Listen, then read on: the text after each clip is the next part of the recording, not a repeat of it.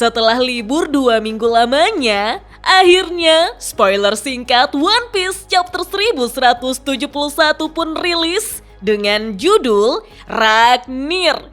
Di mana pada spoiler kali ini, Luffy begitu terkesima melihat kekuatan mengerikan Loki yang menghajar salah satu monster mimpi milik Killingham.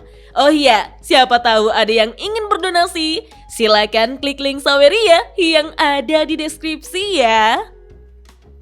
Pada cover chapter 1171 One Piece, kita diperlihatkan seekor kucing yang sedang berada di atas kepala Roronoa-Zoro.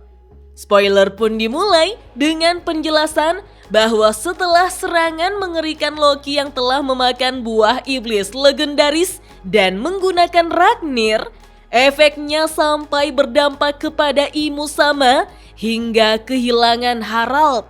Hal tersebut membuat Imu-sama tidak ingin mengirim Holy Knight yang lain ke Pulau Elbaf karena sudah pasti bakal kena bantai oleh Loki. Imu-sama pun berkata, jika Pulau Elbaf tidak akan pernah bisa berafiliasi dengan pemerintah dunia karena mereka terhubung dengan D. Bagaimana dengan Alabasta ya, minasan?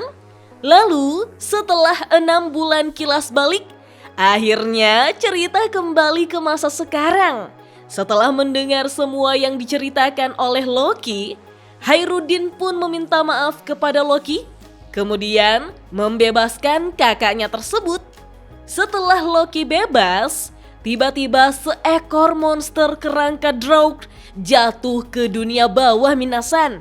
Melihat hal tersebut, Loki pun mengatakan kepada yang lainnya jika dia bisa terbang, sehingga menyuruh yang lain untuk segera menuju ke dunia matahari karena Loki akan menghadapi sendiri monster yang baru saja terjatuh itu.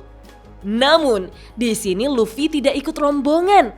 Dia memilih tinggal untuk menyaksikan secara langsung pertarungan Loki melawan monster Draug, minasan.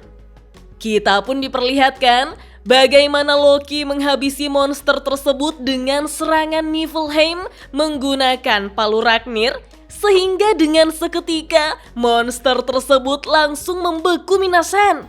Melihat kekuatan dan serangan Loki membuat Luffy begitu terkesima.